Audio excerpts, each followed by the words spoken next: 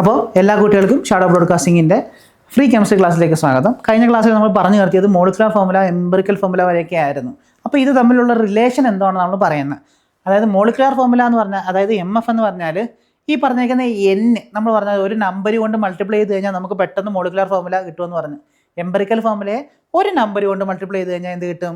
നമുക്ക് molecular formula കിട്ടും. ഈ N എങ്ങനെ നമ്മൾ കണ്ടുപിടിക്കും? ഏതാ ഈ N എന്നെങ്ങനെ കണ്ടുപിടിക്കുന്നത്?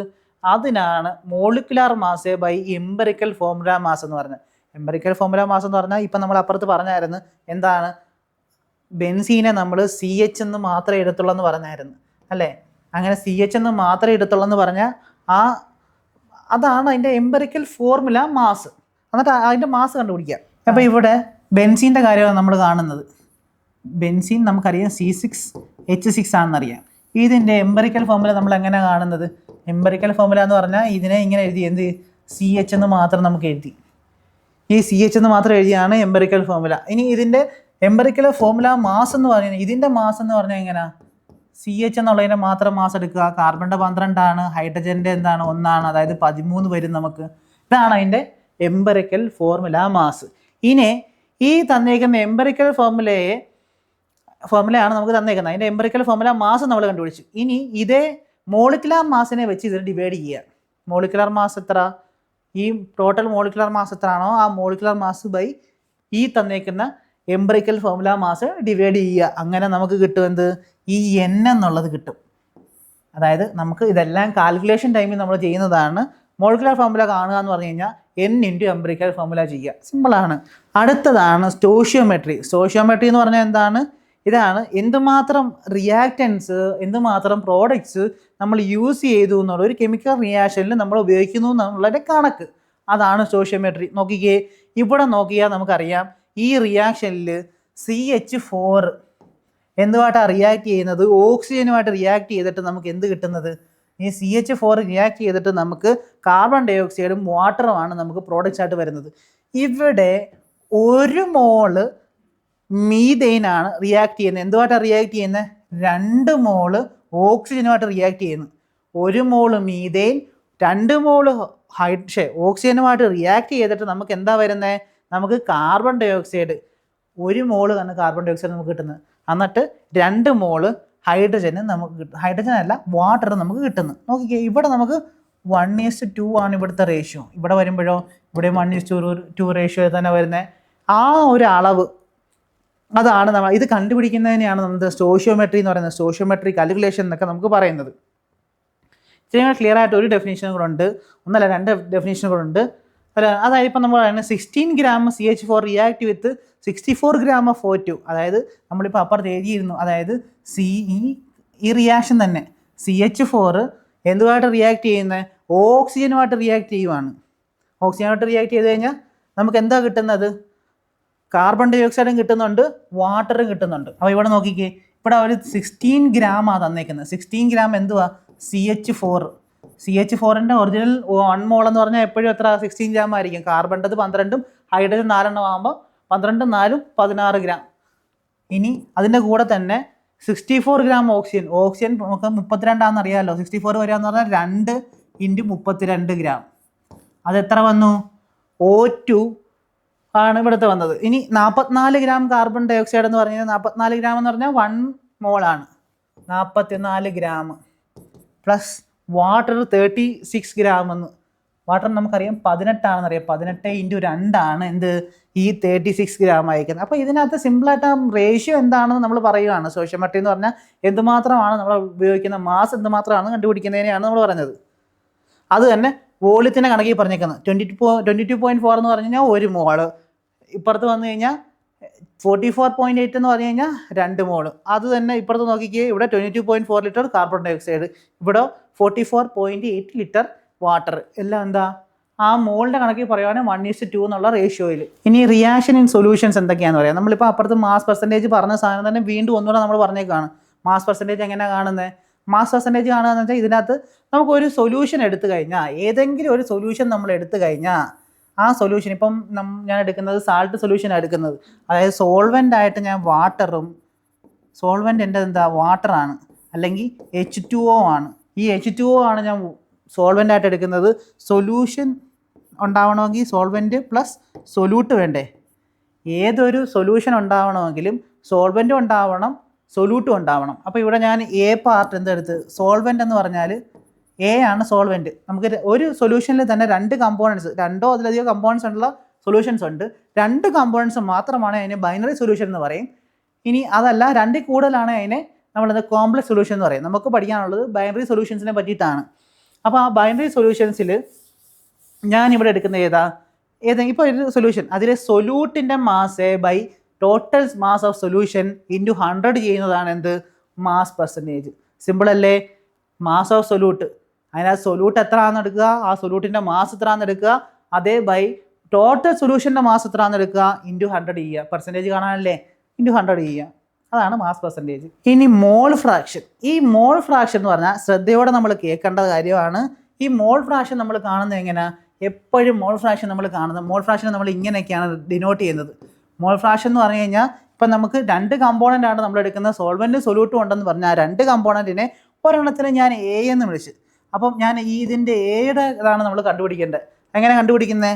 Number of particles of A by total number of particles of solution.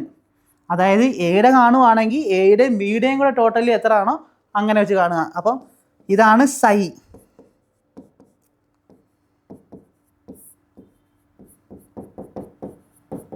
ഇങ്ങനെയാണ് നമുക്ക് എന്ത്, മോൾ ഫ്രാക്ഷൻ കണ്ടുപിടിക്കുന്നത്. ഇങ്ങനെ ഇപ്പം നമ്മൾ കണ്ടുപിടിച്ചേക്കുന്നത് തന്നെയല്ലേ, മോൾ ഫ്രാക്ഷൻ ഓഫ് ഒരു എ എന്ന് പറഞ്ഞ കമ്പോണൻറ്റും ഉണ്ട്, ബി എന്ന് പറഞ്ഞ കമ്പോണൻറ്റും ഉണ്ട്. എ എന്നുള്ള കമ്പോണൻറ്റിൻ്റെ മോൾ ഫ്രാക്ഷൻ ഇത് എക്സ് അല്ല, ഇങ്ങനെയാണ്, സൈ ആണ്. സൈ എങ്ങനെയാണ് നമ്മൾ പറയുന്നത്? കൈ എന്നും ചില ആൾക്കാർ പറയും, കൈ ഓർ സൈ, നിങ്ങളുടെ ഇഷ്ടം, ഏത് വേണമെങ്കിലും പറയാം. അപ്പോൾ സൈ എ ആണെങ്കിൽ അല്ലെങ്കിൽ കൈ എ എന്ന് പറഞ്ഞു കഴിഞ്ഞാൽ എന്തായിരിക്കും? Number of moles of A by number of A plus number of moles of A plus number of moles of B. അതായത് ഇതെന്ന് പറഞ്ഞാൽ ടോട്ടൽ സൊല്യൂഷൻ്റെ മാസാണ്, ഇത് ടോട്ടൽ സൊല്യൂഷൻ്റെ നമ്പർ ഓഫ് മോളിക്യൂൾസ് ആണ്. അത് ടോട്ടൽ ഇതിൻ്റെ അകത്തുനിന്ന് അങ്ങ് ഡിവൈഡ് ചെയ്യുക. ടോട്ടല് എന്തിനകത്തുനിന്നാ? നമുക്ക് ഏത് കമ്പോണൻ്റാണോ കണ്ടുപിടിക്കേണ്ടത് അത് ആദ്യവും, അത് കഴിഞ്ഞിട്ട് എന്തിനകത്തുനിന്നാണ് കമ്പോണൻ്റ് എന്താണോ കണ്ടുപിടിക്കേണ്ടത് അതിനെ താഴെയും കൊടുക്കുക. അതായത് കൈ എ കാണണ്ടെങ്കിൽ number of moles of A by number of moles of A plus number of moles of B, ഈ ഒരു രീതി ചെയ്യുക. പിന്നെ നമുക്ക് അറിയേണ്ട കാര്യം എന്തുവാ? ഈ chi A plus chi B അല്ലെ സൈ ബി എന്ന് ചെയ്യുമ്പോൾ എന്ത് വരും? എപ്പോഴും 1 ആയിരിക്കും. ഇത് രണ്ടും കൂടെ നമ്മൾ ആഡ് ചെയ്ത് കഴിയുമ്പോൾ എപ്പോഴും എന്തായിരിക്കും? എപ്പോഴും 1 ആയിരിക്കും നമുക്ക് കിട്ടുന്നത്. ഇനി അതിനകത്ത് തന്നെ ഒരേപോലെ ഇരിക്കുന്ന രണ്ട് പ്രോപ്പർട്ടീസ് ഉണ്ട്, മൊളാരിറ്റിയും മൊളാലിറ്റിയും. ഇവിടെ നമ്മൾ നോക്കിക്കേ, ഇവിടെ മൊളാലിറ്റി എന്ന് പറഞ്ഞു കഴിഞ്ഞാൽ എന്താ? മൊളാലിറ്റി എന്ന് പറഞ്ഞു കഴിഞ്ഞാൽ ഇത് നമ്മൾ സോൾവെൻറ്റിൻ്റെ, ഇവിടെ സൊല്യൂട്ട് ഉണ്ട്, സോൾവെൻറ്റും ഉണ്ട്. ഇവിടെ സൊല്യൂട്ടിൻ്റെ എണ്ണത്തിൽ നമ്മൾ പറയാണ് number of moles of solute in 1 litre of solution. അതായത് നമ്പർ ഓഫ് മോൾസ് ഓഫ് സൊല്യൂട്ടിൻ്റെ കാര്യമാണ് നമ്മൾ, എത്ര നമ്പർ ഓഫ് മോൾസ് ഉണ്ട് സൊല്യൂട്ടിൻ്റെ നമ്പർ ഓഫ് മോൾസ് 1 ലിറ്റർ സൊല്യൂഷനിൽ എത്രയുണ്ട് എന്ന കണക്കാണ് എന്ത് ഈ പറഞ്ഞേക്കുന്നത്. Number of moles of the solute 1 litre വോളിയത്തിൽ എത്രയുണ്ടെന്നുള്ള കണക്കാണ് എന്ത് നമുക്ക് ഈ പറഞ്ഞ മൊളാലിറ്റി എന്ന് പറഞ്ഞാൽ. മൊളാരിറ്റി എന്ന് പറഞ്ഞാൽ എന്താണ്? ഇവിടെ 6 ആണ്, ഇവിടെ മൊളാലിറ്റി 6 ആണ്. ഇവിടെ സ്പെല്ലിംഗ് മാറിപ്പോരുത്, മൊളാരിറ്റി ആണ്. മൊളാരിറ്റി എന്ന് പറഞ്ഞാൽ number of moles of the solute by volume of solution in litre. അതായത് 1 ലിറ്ററിൽ സൊല്യൂഷൻ ലിറ്ററിലായിരിക്കും നമ്മൾ പറയുന്നത്. ടോട്ടൽ വോളിയം ഓഫ് സൊല്യൂഷൻ പറയുക, അതിൽ എത്ര നമ്പർ ഓഫ് മോൾസ് ഉണ്ടെന്ന് പറയുന്നതാണ് മൊളാലിറ്റി. അത് നമ്മൾ ക്യാപിറ്റൽ എം വെച്ച് വേണം ഡിനോട്ട് ചെയ്യാൻ. അപ്പം അതിന് നമ്മൾ മാസ് പെർ ലിറ്റർ ആണ്. എം എന്ന് പറഞ്ഞാൽ നമുക്ക് mass per litre by molar mass, ഇങ്ങനെ ചെയ്താലും നമുക്കത് കിട്ടും. ഇതാണ് ഇവിടെ നമ്മൾ പറയുന്നത്. ഇനി മൊളാലിറ്റിയോ ഇപ്പം നമ്മൾ പറഞ്ഞത് by number of moles of solute by mass of the solvent ആണ്. ഇൻ കിലോഗ്രാമിൽ പറയുന്നതാണ് എന്ത്? മൊളാലിറ്റി. സിമ്പിൾ അല്ലേ? അങ്ങോട്ടും ഇങ്ങോട്ടും മാറിപ്പോരുത്. ഇവിടെ ആണെങ്കിൽ അത് സൊല്യൂട്ടിൻ്റെ നമ്പർ ഓഫ് മോൾസ് എത്രയാണ് എവിടെ പറയുന്നത്? മൊളാലിറ്റി ആണെങ്കിൽ അത് വോളിയം ഓഫ് സൊല്യൂഷനിൽ പറയും. ഇനി മൊളാലിറ്റി ആണെങ്കിൽ അത് കിലോഗ്രാമിലായിരിക്കും പറയുന്നത്, സോൾവെൻറ്റിൻ്റെ കിലോഗ്രാമിലായിരിക്കും പറയുന്നത്. ഇനി നോർമാലിറ്റി എന്താ? നോർമാലിറ്റി എന്ന് പറഞ്ഞു കഴിഞ്ഞാൽ number of grams equivalent solute dissolved in the litre. അതായത് ഇതിന് നമ്മൾ ലാബിലൊക്കെ കയറുമ്പോൾ പറഞ്ഞ സാധനമാണ് ഈ പറയുന്നത്. എന്താണ് ഈ ഇത്ര നോർമൽ, 2 നോർമൽ ആയിട്ടുള്ള സാധനമൊക്കെ എന്നൊക്കെ പറയും. എന്ന് വെച്ചാൽ എന്തുമാത്രം ഗ്രാം സോൾവെൻ്റ് അതിനകത്ത് ഡിസോൾവ് ചെയ്തിട്ടുണ്ടെന്നുള്ള കണക്ക്, എന്തുമാത്രം സൊല്യൂട്ട് നമ്മൾ അതിനകത്ത് ഡിസോൾവ് ചെയ്തിട്ടുണ്ടെന്ന്, 1 ലിറ്ററിൽ എന്തുമാത്രം സൊല്യൂട്ട് നമ്മൾ മിക്സ് ചെയ്തിട്ടുണ്ടെന്നുള്ള കണക്കാണ് എന്ത്? നോർമൽ അല്ലെങ്കിൽ എൻ എന്ന് വെച്ച് നമ്മൾ ഡിനോട്ട് ചെയ്യുന്നത്. നമുക്കറിയാം, നമ്മൾ ഓരോ ലാബിലോട്ടൊക്കെ കയറി കഴിയുമ്പോൾ ഇത്ര ആണ് എന്ന് പറയുന്നതാണ് എന്ത് ഈ നോർമൽ. അതാണ് അതിനെ അത് ചെയ്യുന്നത് number of grams equivalent solute by volume of solution in litre. നമ്മൾ അത് ചെയ്ത് തന്നെ സാധനം. ഇനി ഇതിനകത്ത് ലാസ്റ്റ് കൺസെപ്റ്റിലോട്ട് നമ്മൾ വരികയാണ് ലിമിറ്റിംഗ് റിയേജൻറ്റും എക്സസ് റിയേജൻറ്റ്. ലിമിറ്റിംഗ് റിയേജൻറ്റ് എന്താ, എക്സസ് റിയേജൻറ്റ് എന്താണ്, അതിലേക്ക് നമ്മൾ കിടക്കുകയാണ്. അതായത് ഇപ്പം നമ്മളൊരു reaction H2 + Cl2 gives 2HCl. നമുക്ക് ഒരു ഹൈഡ്രജനും ഒരു ക്ലോറിനും റിയാക്ട് ചെയ്തിട്ട് നമുക്ക് 2 മോള് ഹൈഡ്രജൻ ക്ലോറൈഡ് കിട്ടുന്നു. ഇതാണ് നമ്മുടെ കണക്ക്. അപ്പോൾ നമ്മളിവിടെ എടുക്കുന്നത്, ഞാനിവിടെ 2 H2ഉം 2 ക്ലോറിനും എടുക്കുന്നു. അങ്ങനെ എടുക്കുമ്പോൾ നമുക്ക് ഇവിടെ എത്ര കിട്ടും, 4 മോൾ HCl കിട്ടും. കാരണം എന്താ, ഇപ്പോൾ ഇങ്ങനെയാണ് ഹൈഡ്രജൻ, ഇങ്ങനെയാണ് നമ്മൾ 2 ഹൈഡ്രജൻ എടുക്കുന്നത്, ഇങ്ങനെ ക്ലോറിനും, ഇങ്ങനെ നമ്മൾ ആദ്യം എടുത്തേക്കുന്നത്. അങ്ങനെ എടുത്തിട്ട് ഇതിനെ ഇങ്ങനെ നമ്മൾ റിയാക്ട് ചെയ്യുമ്പോൾ എന്താവും, ഇത് തമ്മിലുള്ള ഈ ബോണ്ട് അങ്ങ് ബ്രേക്ക് ചെയ്യും. ഇത് ബ്രേക്ക് ചെയ്തിട്ട് ഇത് തമ്മിൽ ഒരു ബോണ്ട് അങ്ങാവും. അങ്ങനെയാണ് നമുക്ക് 2 മോൾ HCl കിട്ടുന്നത്. അപ്പോൾ നമ്മൾ ഇങ്ങനെ ഇത് തമ്മിൽ റിയാക്ട് ചെയ്യുന്നത് നമ്മൾ പറഞ്ഞു. അപ്പം നമുക്ക് ഈ 2HCl വെച്ചുള്ള കണക്ക് നമ്മൾ പറഞ്ഞു. ഇനി ഞാൻ ഇതേ സാധനം തന്നെ ഇവിടെ ഞാൻ എടുക്കുന്നത് 5 മോള് ഹൈഡ്രജനും 5 മോള് ക്ലോറിനും എടുക്കുകയാണെങ്കിൽ നമുക്കിവിടെ എത്ര വരും, 10 മോൾ HCl വരും. കാര്യം എന്താ, ഇത് തമ്മിൽ ഫോം ചെയ്തിട്ട് നമുക്ക് ഇങ്ങനെ കിട്ടും. പക്ഷെ ഞാനിപ്പോൾ ഇവിടെ എടുക്കുന്നത്, ഇവിടെ 5 ഹൈഡ്രജൻ എടുക്കുമ്പോൾ ഞാനിവിടെ 2 ക്ലോറിനെ എടുക്കുന്നുള്ളൂ. അപ്പോൾ നമുക്ക് ഈ റിയാക്ഷനിൽ നമുക്ക് വ്യത്യാസം വരും. നമുക്ക് എന്ത് കിട്ടും, ഇവിടെ 4 മോൾ HCl പ്ലസ് എന്താ ബാക്കി വരുന്നത്, എന്തുവാ, 3 മോള് ഹൈഡ്രജന് ബാക്കി വരും. ഇങ്ങനെ ഈ ബാക്കി വരുന്നത് എന്തുകൊണ്ടാണ് ബാക്കി വരുന്ന കാര്യം, ഇവിടെ ഈ 2 എണ്ണത്തിന് പൂർണ്ണമായിട്ടും റിയാക്ട് ചെയ്ത് ഇതുമായിട്ട് റിയാക്ട് ചെയ്താലേ ഈ സാധനം ഉണ്ടാകത്തുള്ളൂ. പക്ഷേ ഇവിടെ 2 മോള് ക്ലോറിൻ റിയാക്ട് ചെയ്യാൻ 2 മോളല്ലോ 5 മോള് ഹൈഡ്രജനാണ് വന്നേക്കുന്നത്. അപ്പം ഇതിൻ്റെ അകത്ത് ബാക്കി വന്ന് അധികം 2 മോളുമായിട്ട് റിയാക്ട് ചെയ്യുന്നത് ബാക്കി വന്നു. അപ്പോൾ ഇവിടെ ഏതാണോ പെട്ടെന്ന് നമ്മൾ ഉപയോഗിച്ച് തീർന്നത്, ഇപ്പോൾ ഇവിടെ പറഞ്ഞു കഴിഞ്ഞാൽ ക്ലോറിനാണല്ലോ പെട്ടെന്ന് റിയാക്ഷൻ തീർന്നു പോയത്. അങ്ങനെ തീർന്നു പോയിട്ട് ബാക്കി വന്നത് എന്താണോ, ഇങ്ങനെ അവസാനം വന്നത് ഹൈഡ്രജനാണ്. ഇപ്പോൾ ഇതെന്താ, എക്സസ് റിയേജൻ്റ് ആണ്. എക്സസ് റിയേജൻ്റ് എന്ന് പറഞ്ഞാൽ ഒരു റിയാക്ഷൻ കഴിഞ്ഞിട്ട് അധികം വരുന്ന സാധനത്തിന് എക്സസ് റിയേജൻ്റ് എന്നും, ഒരു റിയാക്ഷനുള്ളിൽ പെട്ടെന്ന് തീർന്നു പോകുന്ന സാധനത്തിനെ ലിമിറ്റിംഗ് റിയേജൻ്റ് എന്നും പറയും. LR എന്ന് പറഞ്ഞു കഴിഞ്ഞാൽ, അല്ലെങ്കിൽ ലിമിറ്റിംഗ് റിയേജൻ്റ് എന്ന് പറഞ്ഞാൽ, അല്ലെങ്കിൽ ലിമിറ്റിംഗ് റിയാക്ടൻ്റ് എന്ന് പറഞ്ഞു കഴിഞ്ഞാൽ ഈ റിയാക്ഷനെ ബാധിക്കുന്ന, റിയാക്ഷനെ കംപ്ലീറ്റ്ലി ഓക്സിഡൈസ് ചെയ്യുന്ന അല്ലെങ്കിൽ കംപ്ലീറ്റ്ലി യൂസ്ഡ് അപ്പ് ആവുന്ന ഏതാണോ അതിന് പറയുന്നതാണ് എന്ത്, ലിമിറ്റിംഗ് റിയേജൻ്റ് എന്ന് പറഞ്ഞാൽ. ഇനി എക്സസ് റിയേജൻ്റ് എന്ന് പറഞ്ഞാൽ എന്താ, അധികം വരുന്ന എന്താണോ അതാണ് എക്സസ് റിയേജൻറ്റ്. അപ്പോൾ ഇത്രയുമാണ് നമ്മുടെ ഫസ്റ്റ് ചാപ്റ്ററിനകത്തുള്ളത്. ഫസ്റ്റ് ചാപ്റ്ററിലെ ടോപ്പിക്സ് നമ്മൾ ഏകദേശം എല്ലാ കാര്യങ്ങളും കവർ ചെയ്തിരിക്കുകയാണ്.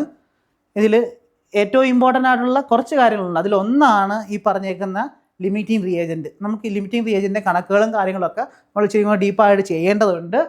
അപ്പോൾ ഇത്രയാണ് നമ്മുടെ ഇന്നത്തെ ക്ലാസ്. അപ്പോൾ എല്ലാവർക്കും ഇതിനെ പറ്റിയിട്ട് ഒരുവിധം ഏകദേശം ഇതിൻ്റെ കൺസെപ്റ്റ് എല്ലാം ക്ലിയർ ആണെന്ന് വിശ്വസിക്കുന്നു. അപ്പോൾ നമുക്ക് വൈൻഡപ്പ് ചെയ്യാം.